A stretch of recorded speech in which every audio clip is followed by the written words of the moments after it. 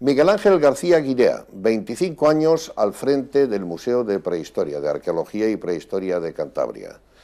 Unos 50 libros, ni sabe el número que tiene, miles de páginas escritas. Una indiscutida figura entre los eruditos locales, los académicos, perfectamente entrenado en el mundo y una de las firmas importantes de nuestra región. Nació en Alceda en el año 22. Estamos en su casa y procedemos a hacerle una pregunta en relación a sus próximos trabajos.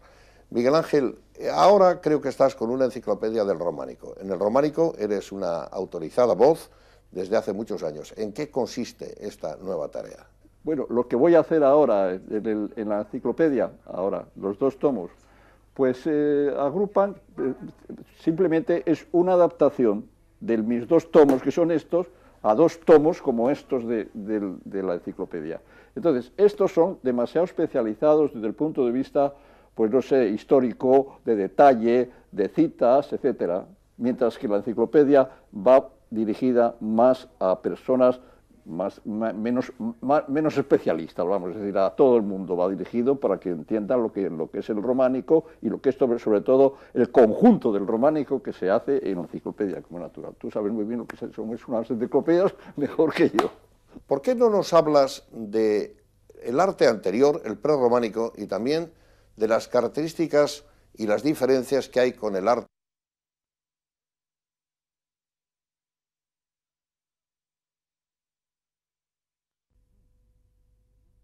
El románico en general, pues es siempre un arte y un estilo que tiene una unidad, y una unidad en toda Europa. Es decir, que es el segundo arte de unidad en toda Europa, porque el primero es el romano, naturalmente, y después viene toda la disgregación de los pueblos germánicos, y luego finalmente en el siglo XI y en el siglo XII viene otra unidad con el románico en toda Europa.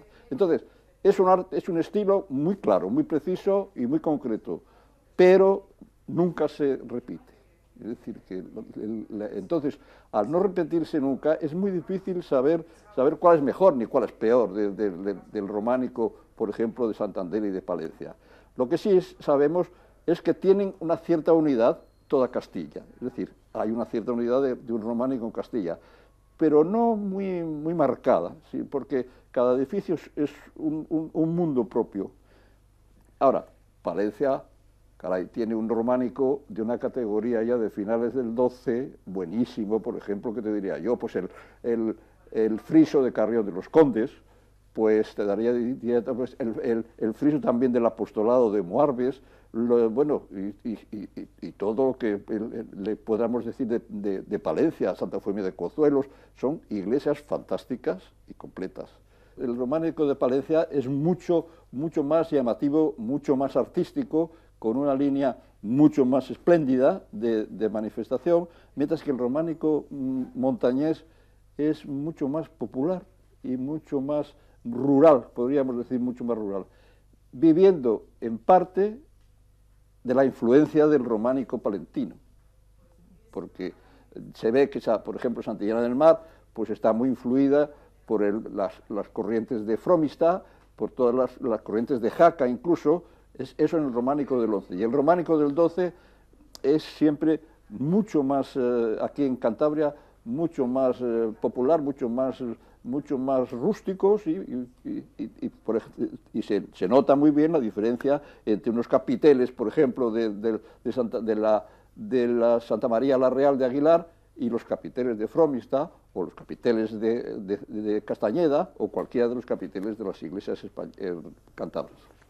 Yo creo que el arte románico es un arte que viene ya con unas tendencias, como decíamos, mucho más intentando buscar las corrientes bizantinas y la buena escultura. Las proporciones son mucho más reales, el canon de las figuras es también mucho más real al final del románico, y sin embargo al principio, cuando está más influido por las corrientes anteriores, pues todavía se mantiene un cierto canon mucho más reducido, que es lo que en general aparece y se conoce por el románico, es decir, unas cabezas, muy pocas cabezas en el cuerpo, mientras que al final, en el siglo XII, pues ya son unas proporciones completamente clásicas casi, que es lo que recoge ya el gótico, naturalmente, como una especie de renacimiento que inicia el románico antes que el gótico incluso.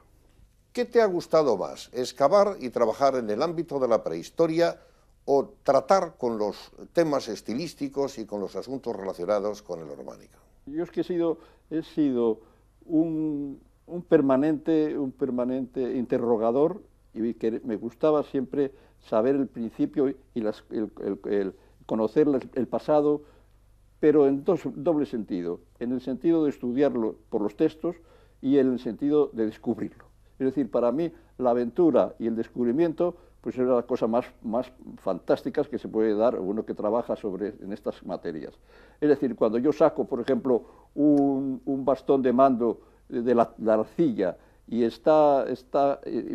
doy la vuelta y veo el grabado de un ciervo, eso no se puede comparar con nada, por lo menos dentro de mi sensibilidad, con nada de lo que puede ocurrir en el mundo para darte una felicidad especial, muy característica, que te mantiene siempre. Y no solamente a mí, es decir, cuando sacamos, por ejemplo, el bastón de mando en la cueva de Cubalventi, pues aquello se celebró enormemente y estuvimos expectantes hasta ver si salía o no salía por la parte de atrás algún grabado. Y cuando salió hubo un grito de alegría, que naturalmente eso no se puede descifrar ni se puede descubrir o intentar memorizar. Ha sido García Guinea un gran líder en el mundo de la animación cultural, del seguimiento de jóvenes. ¿Qué característica, qué fue el impulso con el que dotaste de espíritu de seguimiento a una juventud que sin duda recordarás y que te acompañó durante tantos años? Bueno, el tiempo al pasar pues rompe todo, es como es natural. Eso ya lo sabemos y sobre todo los que tenemos más años pues lo sabemos más. Es decir, nunca está la cosa quieta, nunca está algo que se mantiene permanentemente, sino que hay un cambio permanente continuo, tanto en la vida humana como en el universo y como en la Tierra y en todo ello. Entonces, es evidente que hay que reconocer esto como una cosa que pasa y que se mantiene durante una época, vuelven los nuevos, unos se casan, otros vienen después nuevos, y todo se va manteniendo a lo largo de una especie de continuidad del querer aprender. Para mí, de todas formas, eso es muy fundamental. La enseñanza ha sido una de las primeras, de las vocaciones más firmes. Es decir, a mí me ha gustado siempre enseñar y por lo tanto yo en el museo, cuando me encontré en el museo, me encontré con una librería solamente con 25 libros. Yo cuando venía de Italia, venía de la biblioteca alemana de Italia, de Roma, y venía de la biblioteca también del Museo Arqueológico Nacional. Y me encuentro aquí 25 libros nada más, digo, ¿qué voy a hacer yo aquí? Que yo no hago nada. Es más, estuve durante un mes esperando a ver qué podía hacer, porque mi interés sí que era estar en Santander, evidentemente en mi tierra, pero yo veía que no tenía posibilidad. Entonces, lo que sí hice fue apoyarme en los jóvenes. Aquí era muy difícil apoyarse en los mayores, porque los que veníamos, yo soy montañés, naturalmente, y soy de Capó, pero yo a Santander, para vivir en Santander, yo vine en el año 62, es decir, ya vine yo con una edad suficiente para dirigir el museo, naturalmente, pero entrar en la sociedad de Santander era difícil, en la sociedad de mayores, sin embargo era fácil en la sociedad de jóvenes. Y entonces yo me apoyé en el Frente de Juventudes de entonces y saqué, que dirigía entonces Enrique Alonso, y me recogí toda la sección de espeleología que tenía el Frente de Juventudes y creé lo primero que se me ocurrió, que fue el Seminario de Prehistoria y Arqueología Sautuola.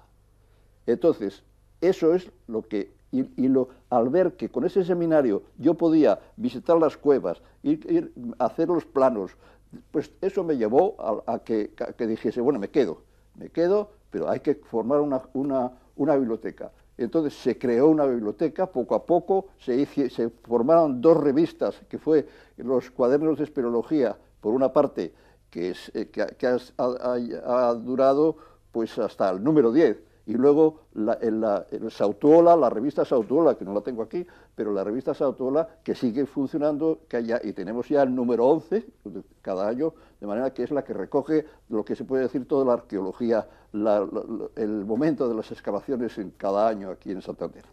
¿A quiénes puedes citar entre tus alumnos que hayan destacado, no solamente por sus contribuciones, sino por ese seguimiento al que me refería? Bueno, pues han sido bastantes. Bueno, mira, yo tengo alumnos que han sido catedráticos del instituto, ya son catedráticos del instituto, incluso algunos jubilados. Tengo algún alumno como Moure, que ha sido catedrático de la universidad aquí de prehistoria y que sigue siendo, naturalmente, aunque está un poco fastidiado, pero sigue siendo catedrático. Bueno, tengo varias gentes que han salido, que han triunfado ya, de manera que eso ya es difícil también recordar quién pudo ser más, me pudo interesar o se pudo interesar más con mis enseñanzas. Eso es difícil ya, pero sí que ha habido aprovechamiento, sin duda, y sobre todo lo que yo hice aquí, a mi modo de ver, naturalmente siempre será a mi modo de ver, pues lo que yo hice aquí es crear un foco de cultura popular. Un foco de cultura popular. Es decir, que el museo para mí, y yo venía de otros museos, el museo para mí tenía que ser una proyección hacia la ciudad. Y así lo creé, y así lo creí, y así lo creé. Es decir, de manera que iniciamos, nada más llegar yo en el 62, iniciamos los famosos cursos de prehistoria y arqueología que se celebraban en la Diputación, en donde allí entraba todo el mundo.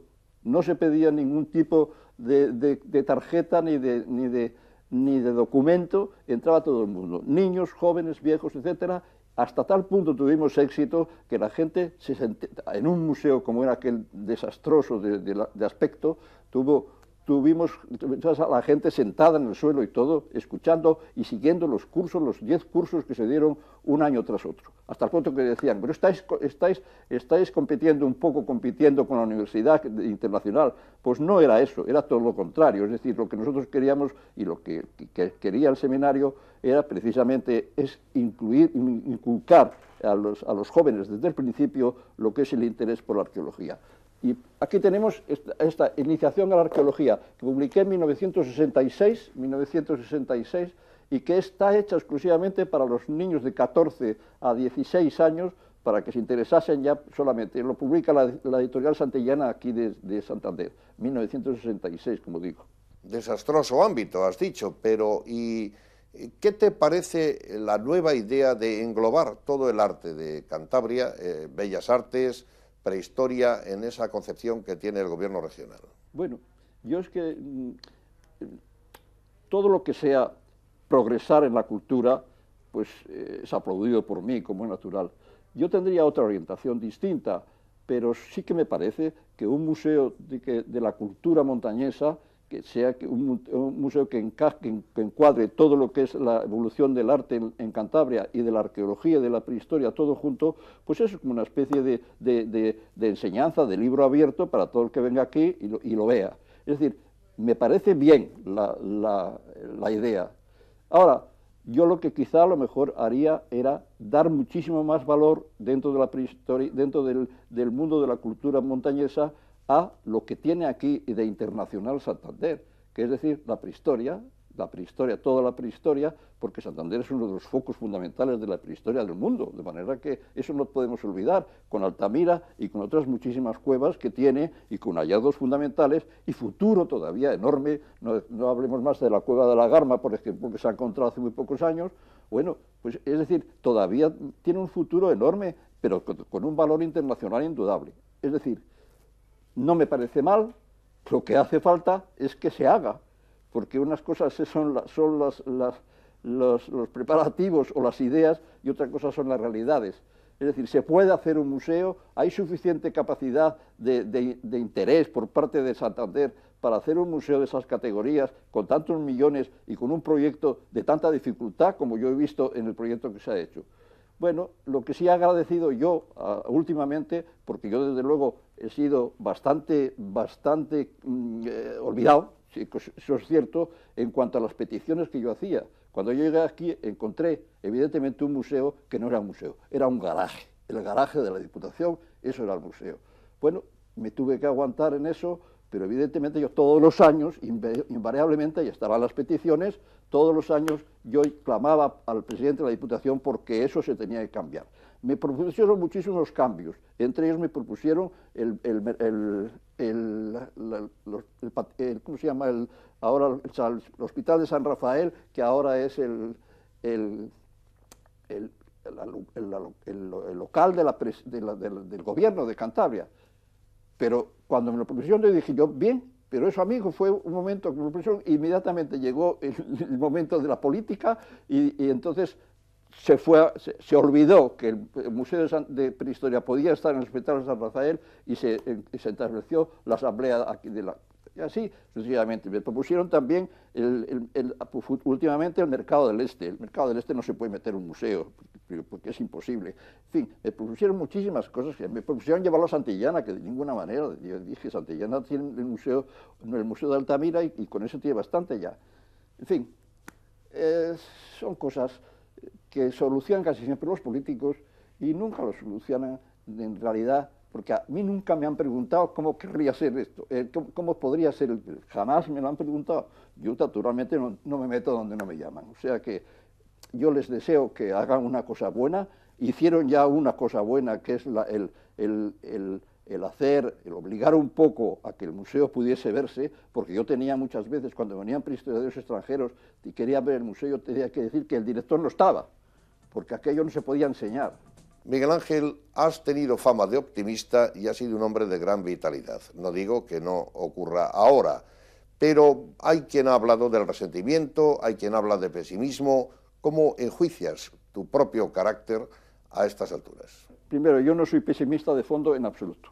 Es decir, que yo soy muy optimista, porque un pesimista de fondo no podría hacer lo que he hecho, vamos, porque aquí tenéis lo que yo he podido hacer, y esto es una parte nada más, que la vida tampoco tiene muchos años para poder trabajar, pero en fin, yo no soy pesimista. Lo que sí es encontré aquí una indiferencia absoluta cuando yo llegué a este museo, salvo, como te digo, todas esas ayudas que he podido tener de la juventud. Yo recuerdo de muchos de ellos y por lo tanto yo les agradezco mucho, porque fueron en el fondo los que permitieron que yo siguiese aquí. Si no me había ido de verdad, si yo no hubiese tenido aquí una... Ahora, para mí el interés fundamental mío y la dedicación que más querría yo tener es precisamente la cultura. Es decir, yo no me he metido en política absolutamente nada si no es a través de algún puesto que pudiera dar más valor a la cultura montañesa. Y ahí es donde he fallado muchas veces. Yo no sé si porque fallé yo o porque fallaron los demás, pero en fin, conmigo se creó, por Escalante, se creó la Institución Cultural de Cantabria, y la misma institución, la misma diputación que la creó, la machacó. Es decir, la destruyó.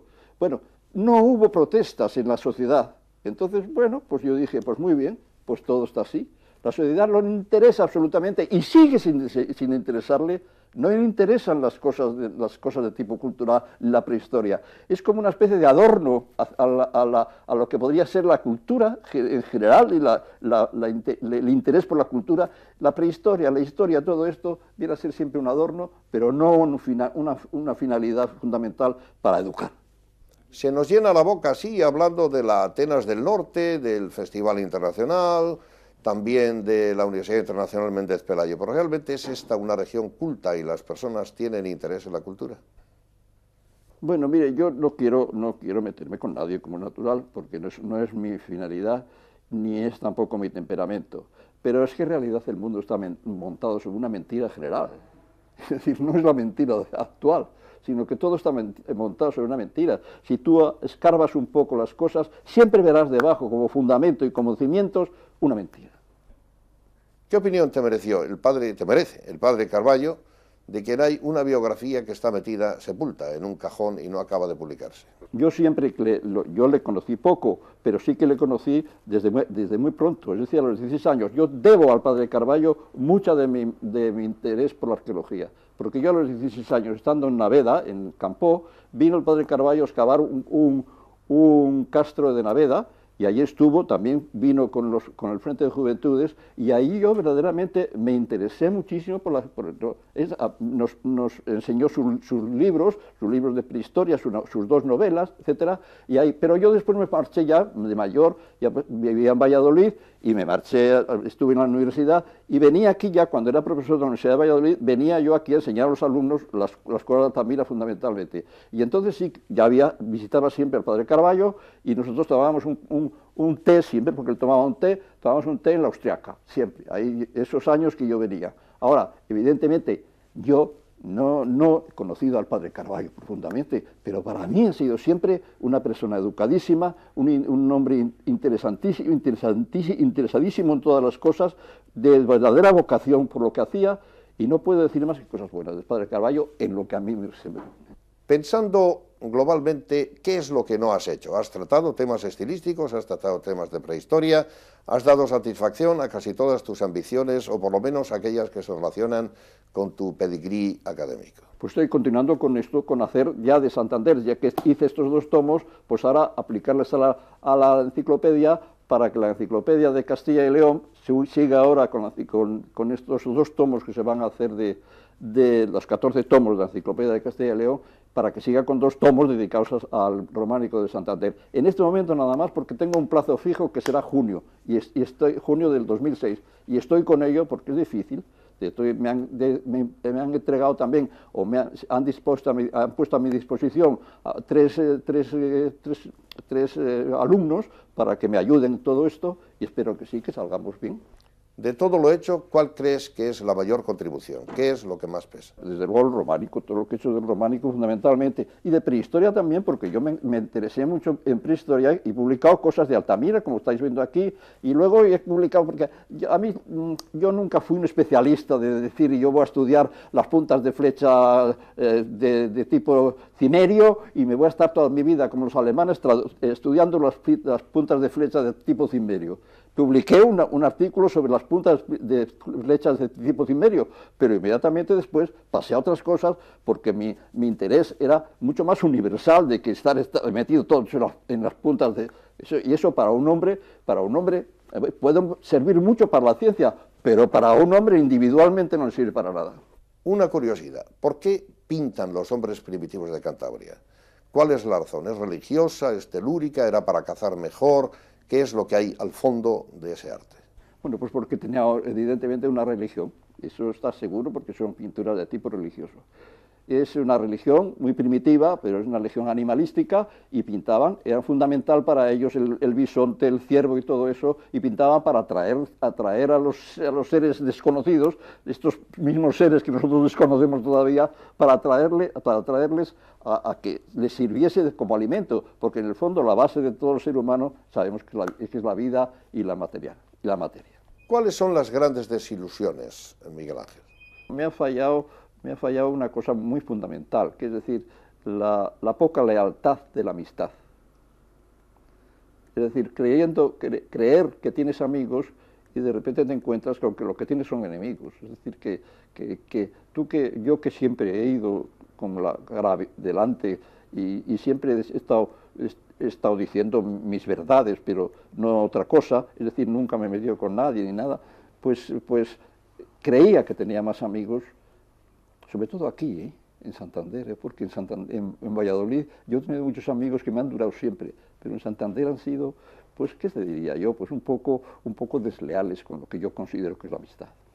¿Crees que es esa una característica mala de nuestra región o es una situación circunstancial del conjunto de las relaciones interpersonales? Cada uno cuenta la feria como le van a ella. Es decir, que yo en Valladolid he tenido siempre unos amigos desde muy joven, desde que íbamos al instituto, hemos ido después a la universidad, nos hemos seguido viendo en la universidad y seguimos ahora tratándonos como amigos, verdaderos amigos, que hemos coincidido incluso en las mismas finalidades y en los mismos puestos que podíamos, de profesores o de competencias en cátedras, y hemos seguido siendo amigos, completamente amigos, y decíamos, pasa tú que te corresponde, y seguimos amigos, y seguimos amigos. ¿No será que en la cultura el gran estorbo es la vanidad? Pues sí, Yo creo que muchísimos estorbos eso, porque, bueno, y además es la inconsecuencia de la cultura también, porque parece mentira que un hombre culto sea vanidoso, yo no lo comprendo, ¿eh? No lo comprendo, y sin embargo se ve mucho, se ve mucho. Bueno, pues desde luego que es un defecto tremendo la vanidad, y yo pienso también que la envidia.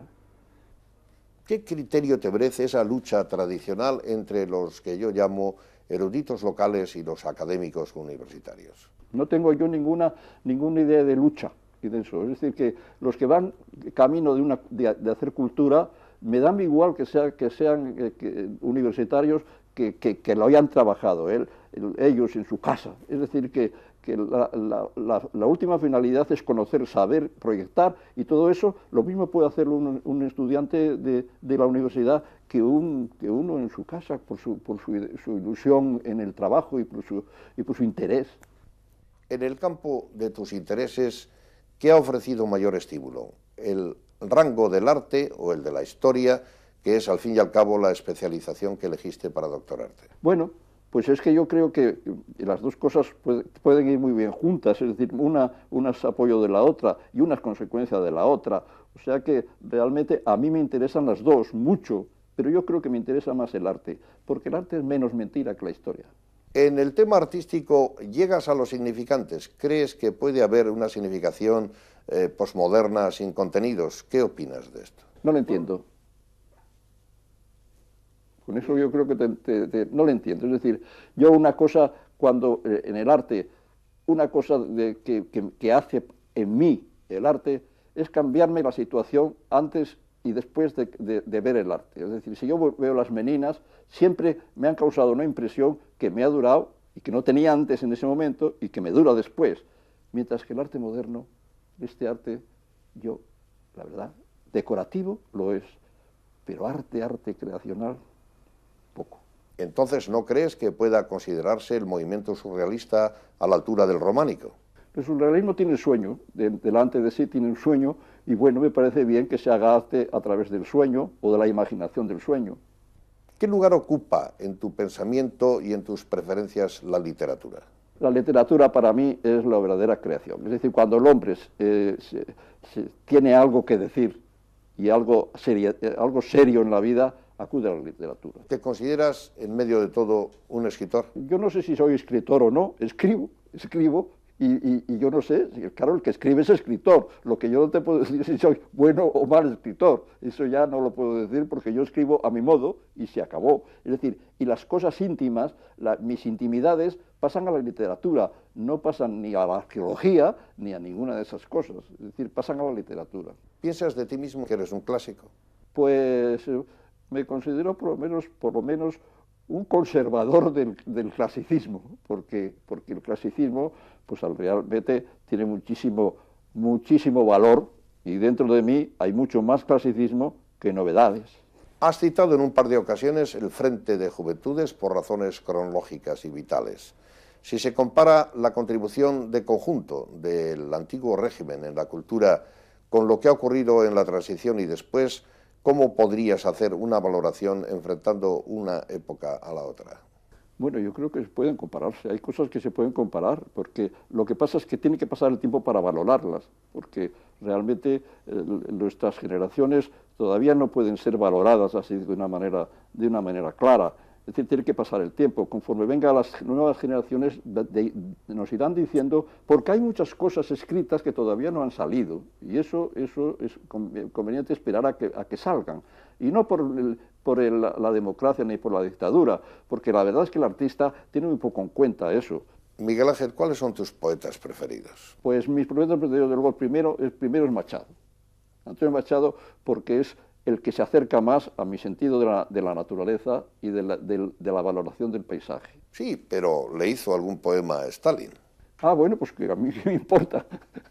No me importa nada que le haga poemas a Stalin, pero me parece que el pobre Machado, pues en los últimos momentos también estaba viviendo. Y la verdad es que escritores y no escritores, lo primero que tenemos que tener en cuenta es que tenemos que vivir, claro, como es natural. Entonces yo tengo comprensión para muchísimas cosas. Durante la preparación de tu época, antes de doctorarte, estuviste en muchos países, 5 o 6. ¿A qué lugar no has viajado que te hubiera gustado ir para conocer más los movimientos artísticos o el ambiente y la naturaleza? Bueno, hay cosas que... yo he conocido cosas, desde el punto de vista del paisaje, he conocido cosas, todo lo que he visto, que yo me quedo con el desierto. Amplía eso del desierto, por favor. Pues la causa es que el desierto es el paisaje más serio que existe en el mundo. Porque, primero, hay poca humanidad allí, es decir, que en el desierto, pues pocas gentes ves en el desierto. No se considera, no logra el ser humano el estar solo muchas veces. En el desierto se está solo, en el desierto se contempla el cielo como no se contempla en ningún sitio. Es decir, no me extraña que hayan salido las religiones en los desiertos, porque la primera pregunta es eso: ¿qué es esto? ¿Qué es esto? ¿Qué es lo que tenemos encima todo aquí? Entonces, ese pensamiento, el pensar, está mucho más dispuesto el desierto para que el hombre piense, porque además no está conturbado por ninguna tontería del ser humano y se mete verdaderamente en el misterio. Cerca del final, ¿por qué no hablar de Carmen? Carmen, tu mujer, que estudió filología italiana, ha ocupado un importante lugar en tu vida. ¿Cuál ha sido el papel, sin entrar, lógicamente, en la intimidad, sino en el acompañamiento en la vida privada y durante tus estudios? Pues juega el papel de la compañera que siempre se tiene que tener, es decir, que te ayuda, que te entiende y que todo te contribuye a que seas, sobre todo, que estés tranquilo, que no tengas ambiciones de muchas cosas. Finalmente, Miguel Ángel, Valderredible, ese es un nombre importante para ti. Yo creo que si eligieras un sitio en Cantabria, puede que ese fuese uno de los preferidos, porque allí has pasado muchos años trabajando y conviviendo. Y seguimos en Valderredible, tenemos ahí una casita y ahí estamos muy bien. Yo francamente, yo no comprendo la vida de las ciudades, cada vez lo comprendo menos, y creo que tendremos que volver a la naturaleza. Es decir, ahí nacimos, de ahí procedemos todos, del mundo del campo, y tendremos que volver ahí, porque todo esto que estamos viviendo a mí me parece completamente una locura. Muchas gracias, Miguel Ángel, por la sinceridad, la franqueza y las referencias culturales que nos has hecho. De nada, a ti. Este es Miguel Ángel García Guinea. Franqueza, rotundidez, acaso un tono ligeramente melancólico, pero siempre el entusiasmo, siempre el recuerdo y siempre valoraciones con categoría en medio de las miles de páginas escritas y las contribuciones en la prehistoria y en el mundo del arte, especialmente en el mundo del románico.